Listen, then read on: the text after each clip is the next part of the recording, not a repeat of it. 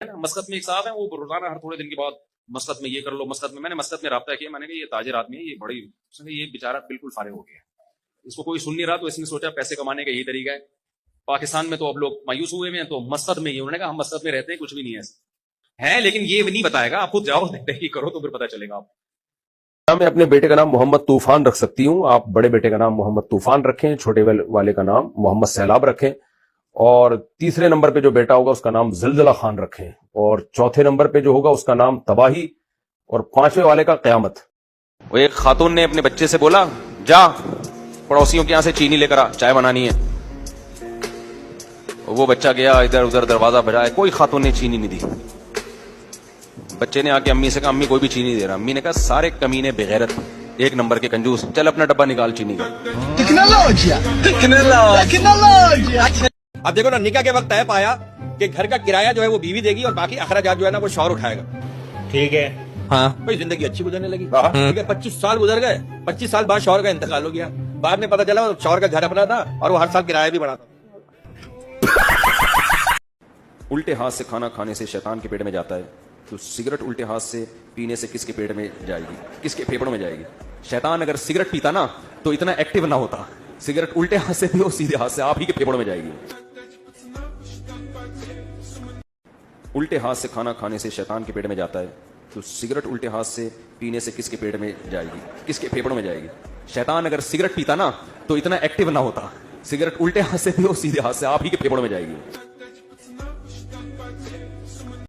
انسان اپنی بدبو برداشت کرتا ہے. دیکھو آپ واش روم میں 1 گھنٹہ بیٹھا رہتا ہے انسان، حالانکہ بدبو آ رہی ہوتی ہے، لوگ دروازے بجا بجا کے تھک جاتے ہیں، نہیں نکلتا. اپنی بدبو سے کسی کو نفرت نہیں ہوتی، لیکن کوئی اور واش روم سے آئے ہو، آپ جیسے ہی جاؤ گے کیسے ناک پکڑ کے گھوم رہا ہوگا.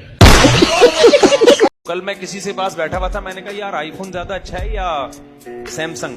تو بندہ بیٹھا ہوا تھا، اس نے پشاور کی بات کر رہا ہوں، اس نے مجھے بولا مصعب جو بھی آپ کو آئی فون والا نظر آئے گا نا، جیب میں یوں کر کے نکالا ہوا ہوگا، یہی اس کی علامت ہے کہ یہ آئی فون والے سائیکی ہوتے ہیں. اچھا جتنے وہاں آئی فون والے بیٹھے ہوئے تھے نا، سب نے جیبوں سے باہر نکالا ہوا تھا. اور واقعی مفتی سے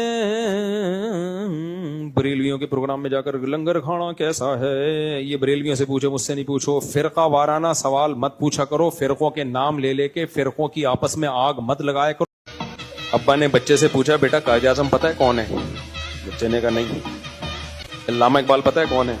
نہیں. بغیرت کم وقت اسکول جایا کرو تو پتہ چلے نا. بچے نے کہا ابا غفار کا پتہ ہے، جمشید کا پتہ ہے؟ تو کہتے نہیں، گھر پہ رہو تو پتہ چلے. بنا کر اپنی تھوڑی کو سجا کر اشک آنکھوں میں، ذرا سا غم سناتا ہوں وہ سارا چھین لیتا ہے. وہ ایک آدمی کا نماز نہیں پڑھتا تھا، مولوی صاحب نے اس دیہاتی سے کہا نماز پڑھا کر. اس نے کہا نہیں بھائی میری بھینسیں ہیں، اتنا میں کیسے پڑھوں؟ انہوں نے کہا پڑھ لیا کر، تیری بھینسیں دودھ زیادہ دیں گی.